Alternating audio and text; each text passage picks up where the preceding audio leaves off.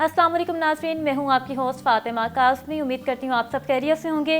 तो जी नाज़रीन, एक दौर था कि जब सुल्तान राहे जैसे फिल्मी अदाकारों की हर नई आने वाली फिल्म का सबको इंतज़ार रहता था। मैं बात कर रही हूँ माजी के मारूफ तरीन फिल्मी अदाकार सुल्तान राहे की। तो आज हमारे साथ मौजूद है सुल्तान राहे के मारूफ तरीन फिल्मी अदाकार उनके बेटे हैदर राहे की। तो आइए आज आपको उनसे मिलवाते हैं।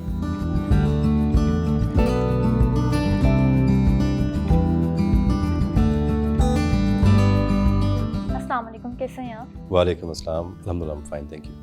सबसे पहले तो आपका बहुत शुक्रिया कि आपने हमें अपना वक्त दिया। आप लोगों का शुक्रिया, आप लोग मेरे घर पे आए। मेरा पहला सवाल तो आपसे ये है कि आप हैदर राहे, आप भी इंडस्ट्री में आ चुके हुए हैं, लेकिन लोग आज भी आपके वालिद सुल्तान राहे को याद करते हैं। तो क्या आप उनके गैप को कभी पूरा कर सकेंगे या कर पाएंगे? मेरा तो ये मानना ये है कि उनका गैप कोई पूरा नहीं कर सकता। माशाल्लाह, he was one and only. और जितना उन्होंने मेहनत और जितना उन्होंने काम कर छोड़ा है, वहाँ से कोई भी एक्टर, मैं खाली पाकिस्तान की बात नहीं करता, अराउंड द वर्ल्ड कोई इसको नहीं कर सकता मेरे हिसाब से। लेकिन ये है कि मैं कोशिश ये कर रहा हूँ कि उनके नाम को, उनकी लेगेसी को लेकर चल रहा हूँ अल्हम्दुलिल्लाह से, और ट्राई कर रहा हूँ कि थोड़ा बहुत उनका एक स्टाइल स्क्रीन पे लोगों को फिर से नज़र आए मेरे में। इस पे मैं जोर काफ़ी दे रहा हूँ। अपने वालिद के जाने के बाद फिल्म इंडस्ट्री में आपका तजुर्बा कैसा रहा?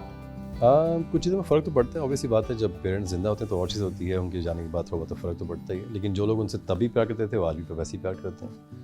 लेकिन ये है कि उनके जाने के बाद बहुत से लोगों के साथ उनका तबसरा, उनका डिस्कशन जहाँ की मैं जाता हूँ और पहले से ज़्यादा होना शुरू हो गया माशाल्लाह से।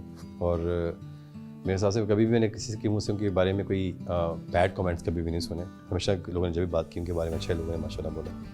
क्या आप इस फील्ड में आने के बाद अपने इस फैसले से मुतमईन हैं?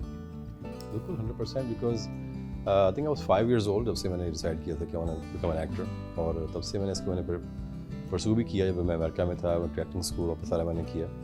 तो आई थिंक अगर मैं इसके अलावा कोई चीज़ सोचता कभी ज़िंदगी में करने के लिए, तो आई थिंक मैं भी शायद मैं आर्मी में होता। सही अगर आप एक्टर ना होते तो आप चाहते रहे? आर्मी में होता, बिल्कुल। ये दो चीज़ें मुझे बहुत पसंद हैं। सही। आपको लगता है कि पंजाबी फिल्मों को मुस्तफ़ा कुरैशी और सुल्तान राहे के स्टाइल से बाहर निकल आना चाहिए? देखिए, बात ये है कि ये वो लेजेंड्स हैं, ये वो बड़े नाम हैं मेरे हिसाब से, कि जिन लोगों ने पंजाबी मिसाल है कि लकीरां फेरती हैं। हाँ। क्योंकि उसके बाद आगे कुछ कोई नहीं कर सकता, वो चीज़ों को नहीं दोबारा कर सकता। ये लोग हैं, उनके जो फैंस हैं, जिनको भी प्यार करते हैं, वो उस एरा में से चीज़ों में से बाहर नहीं आना चाहते, because they love that era. आजकल के जो दौर में फिल्म हम लोगों को दे रहे हैं, मेरे हिसाब से वो उन फिल्मों के पास को भी नहीं है। क्योंकि उस टाइम में बहुत मेहनत होती थी, काम होता था, प्रॉपर एक्टर्स थे।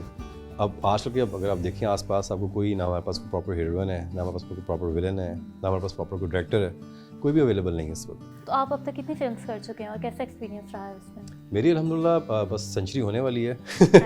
पास ही हूँ। और एक्सपीरियंस अल्हम्दुलिल्लाह बहुत अच्छा रहा। बीच में अप्स एंड डाउन्स तो लगे रहते हैं, लाइफ का हिस्सा है। हर फिल्म आपकी हिट भी होती है, हर फिल्म आपकी फ्लॉप भी नहीं होती, ऐसे ही चलता रहता है। लेकिन ये है कि मेरी जो इस वक्त करंट जो मेरी बहुत मेहनत और कोशिश मैं कर रहा हूँ कि हमारी जो पंजाब की इंडस्ट्रीज में दोबारा जान डालने की कोशिश मैं कर रहा हूँ। तो अल्हम्दुलिल्लाह बहुत सारा मेहनत भी कर रहा हूँ और बहुत सारी फिल्में भी इसीलिए कर रहा हूँ। तो अल्लाह ताला की रहमत से अल्हम्दुलिल्लाह right now I think I am the most busiest actor right now in Punjab. ज़बरदस्त। जी। आपके वालिद सुल्तान राहे साहब वो आम जिंदगी में भी फिल्मी सुल्तान राहे थे या कुछ मुख्तलिफ थे?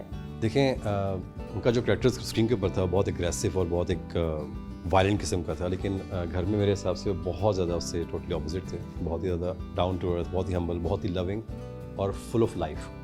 क्योंकि उनको हंसी मजाक करना, ट्रैवल करना, फैमिली के साथ टाइम स्पेंड करना उनको बहुत पसंद था। और काम के साथ उनका बस ये था कि उनका बिग पैशन था ऐसा कि जो डे वन से उनके अंदर था, आई थिंक लास्ट टाइम तक उनके अंदर वो रहा। और एज अ फादर मैं आई थिंक हर किसी के पेरेंट्स उनके लिए इंपॉर्टेंट होते हैं, लेकिन आई थिंक कि ऐसे वालिद या ऐसा शख्स दुनिया में आई थिंक कम ही आते हैं मेरे हिसाब से, जो अपने आप को इतना मनफी करके अगले बंदे का सोचना करना उनके लिए, ये उनके अंदर एक बहुत बड़ी उनकी एक नेचर थी और दीन के बहुत करीब थे माशाल्लाह से।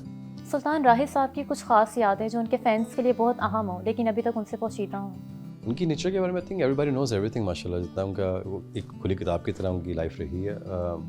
बस ये है कि बहुत से लोगों के में, जैसे आपने कहा कि कॉन्सेप्ट उनका ये है कि वो फिल्मी हीरो थे, तो शायद पता नहीं उनके फिल्मी हालात वो चीज़ें रियल लाइफ में भी। हाँ, लेकिन वो उनकी लाइफ बहुत अलग थी आम जिंदगी से। और वैसे भी हमारे घर में क्योंकि हमारा फैमिली बैकग्राउंड फिल्म ही नहीं था, अबू जी पहले ही थे जिन्होंने स्टार्ट किया, उसके बाद फिर मैंने अब कैरी ऑन किया उसको। कोशिश यही कर रहे हैं कि अबू जी की जितनी भी चीज़ें, जैसे माशाल्लाह अभी घर देख रही हैं, उनकी लेगेसी है, भी चीज़ें हैं, मैं एज बीइंग अ सन लेके कैरी कर रहा हूँ जितना मुझे पॉसिबल होता है। बाकी जो मेरे बड़े भाई हैं, जो और भी मेरे 2 भाई हैं, वो लोग इससे कोई रिलेशन नहीं है शोबिज़ के साथ, मेरा ही है डे वन से। जी सर, सुल्तान राहे साहब की नागहानी मौत का मामला हुआ और इस दिलसोज वाक़े के बारे में कुछ बताएं। अनफॉर्चुनेटली अभी तक तो नहीं हुआ। हम लोगों ने इसको काफ़ी परसू भी किया, उस टाइम में भी परसू काफ़ी किया था और अभी भी इसको हम लोग लगे हुए हैं कि ना किसी को उसको कोई ऐसी चीज़ मिल जाए। लेकिन आपको पता है पाकिस्तान में बहुत चीज़ें मिसहैंडल हो जाती हैं और इतना बड़ा जो केस होता है तो फिर उसके मुताबिक वैसे ही उनमें चीज़ें फिर मिसहैंडल भी हो जाती हैं। लेकिन ये है कि इंशाल्लाह ताला हम लोग इसको निकाल के छोड़ेंगे, जब तक निकलेगा नहीं छोड़ेंगे इंशाल्लाह। इंशाल्लाह, इंशाल्लाह।